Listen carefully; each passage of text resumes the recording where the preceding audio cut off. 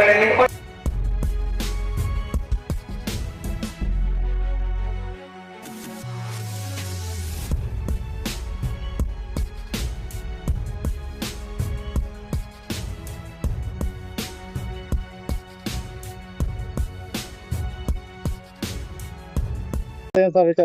Sir, ನಮ್ಮ ಬೆಂಗಳೂರು ನಗರ ಜಿಲ್ಲೆ ಹಾಗೂ ಗ್ರಾಮಾಂತರ ಜಿಲ್ಲೆಗಳಲ್ಲಿ ಜಿಲ್ಲಾಧಿಕಾರಿಗಳ ಕಚೇರಿಗಳಿಂದ ಬಡವರಿಗೆ ಆಗ್ತಾ ಇರೋಂತ ಅನ್ಯಾಯ ಮತ್ತೆ ಎಸಿ ಕಚೇರಿಗಳಿಂದ ಬಡವರಿಗೆ ಆಗ್ತಾ ಇರೋಂತ ಅನ್ಯಾಯನ ಖಂಡಿಸಿ ಮಾರತಳ್ಳಿ ಮುನೇಕೊಳ್ಳಲ ಸರ್ವೆ ನಂಬರ್ 116 ನೈಜ ವರದಿ ಪ್ರಕಾರ ಬಡವರಿಗೆ ಖಾತೆ ಮಾಡ್ಕೊಡ್ಬೇಕು ಅಂತ ಹೇಳ್ಬಿಟ್ಟು ಉದ್ದೇಶಿಸಿ ಮತ್ತೆ ನಮ್ಮ ಕೊಡಿಗೆಹಳ್ಳಿ ಸುತ್ತಮುತ್ತ ಗ್ರಾಮಗಳಲ್ಲಿ ಬಿಡಿ ಅವರು ಅನಾಧಿಕೃತವಾಗಿ ಬಡವರ ಮನೆಗಳನ್ನ ಕೆಡವಳಿಕೆ ಅಂದ್ರೆ ಅವರ ಹೆಸರಲ್ಲಿ ಖಾತೆಗಳಿದ್ರು ಡಾಕ್ಯುಮೆಂಟ್ಗಳಿದ್ರು ಪ್ರತಿಯೊಂದು ದಾಖಲೆಗಳು ಬಡವರ ಹೆಸರಲ್ಲಿ ಇದ್ರು ಅದನ್ನ ಕೆಡವಳಿಕೆ ಮುಂದಾಗಿರೋದನ್ನ ಖಂಡಿಸಿ ಜೊತೆಗೆ ಗುಂಜೂರು ರೈತರಿಗೆ ಮೋಸ ಆಗಿರೋಂಥದ್ದು, ಮುಳ್ಳೂರು ರೈತರಿಗೆ ಮೋಸ ಆಗಿರೋಂಥದ್ದು, ಇಲ್ಲಿ ಬಂದಿರೋಂತಹ ಸುಮಾರು ರೈತರಿಗೆ ಮೋಸ ಆಗಿರೋದನ್ನ ಅನ್ಯಾಯ ಆಗಿರೋದನ್ನ ಖಂಡಿಸಿ ಅಂಬೇಡ್ಕರ್ ಸೇವಾ ಸಮಿತಿ ವತಿಯಿಂದ ಇವತ್ತು ಬೃಹತ್ ಹೋರಾಟ ನಡೆಸ್ತಾ ಇದೀವಿ ಸರ್.